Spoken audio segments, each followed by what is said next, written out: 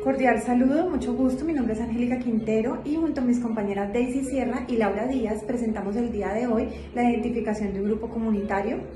En este caso realizamos el diagnóstico de la población víctima del conflicto armado en Colombia. En cuanto a la magnitud del fenómeno, es bastante grande porque el conflicto armado en Colombia se desarrolló en 3 etapas: la inicial, la intermedia y la etapa final, cada una con sus propios retos. Sin embargo, la etapa final, que es llamada la etapa del postconflicto, ha sido la más larga y la más duradera porque tiene que ver con la reparación de todas las víctimas afectadas de este conflicto. El desplazamiento forzado fue uno de los más alarmantes, con un 80%. Es como el acto más recurrente y más devastador de estas víctimas porque los despojaron de sus tierras. También además vivieron situaciones de violencia física, violencia en múltiples formas, como también desapariciones forzadas, secuestro, violencia sexual y hasta homicidios. Entonces la situación es bastante grave y compleja. En cuanto al perfil sociodemográfico, podemos encontrar que las mujeres en un alto porcentaje, en este caso el 50%, fueron las víctimas de también diversas violencias como la violencia física, la agresión sexual, el feminicidio, entre otras. También encontramos a niños menores de edad que fueron reclutados en su momento para hacer cosas indebidas para su edad, y también encontramos finalmente a comunidades étnicas, entre ellas pueblos indígenas, afrocolombianos, que fueron también desplazados y afectados por sus territorios porque tenían territorios con mucha biodiversidad y cosas muy valiosas como el oro, el agua, los cultivos, y todos fueron desplazados. En este momento nos encontramos en la reparación de estas víctimas afectadas. Hola, soy Laura Díaz. Siguiendo lo mencionado por mi compañera anteriormente, la distribución territorial de las víctimas del conflicto armado se encuentra en todo el país, pero se concentra en zonas rurales y regiones donde han sido históricamente impactadas por los grupos armados, dentro de los cuales encontramos los departamentos como Antioquia, Bolívar, Nariño, Cauca y Meta.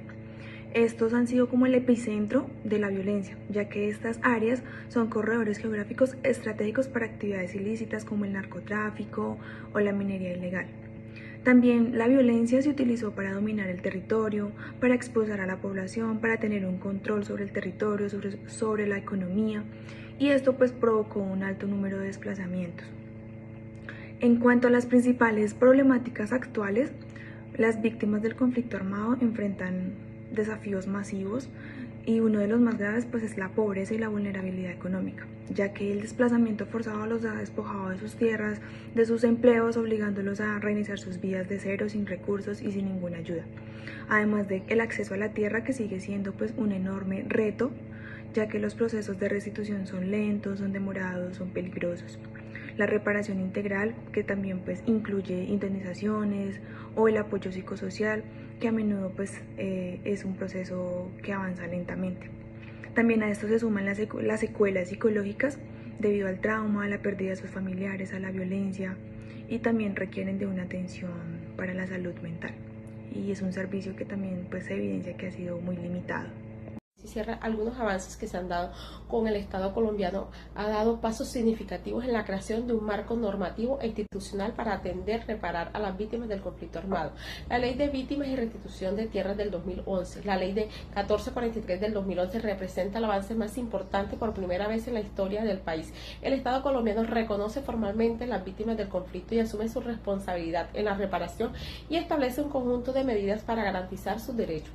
La ley no solo se creó con el Registro Único de Víctimas, sino que también estableció los mecanismos para la restitución de tierras a quienes fueron despojados y los programas de atención humanitaria inmediata a estas personas desplazadas.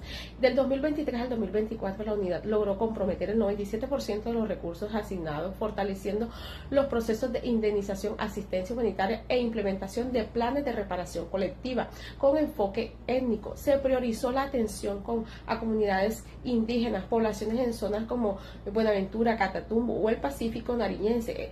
Hay retos persistentes, aunque hay avances visibles, aún se enfrentan importantes obstáculos como barreras de acceso al registro de déficit presupuestal y la necesidad de actualizar la ley de víctimas para garantizar una reparación más eficaz. El conflicto armado continúa afectando desproporcionalmente a comunidades indígenas con violaciones, con confinamiento, desplazamiento, violencia sexual, reclutamiento forzado y homicidio, que persisten desafíos, la reducción de la impunidad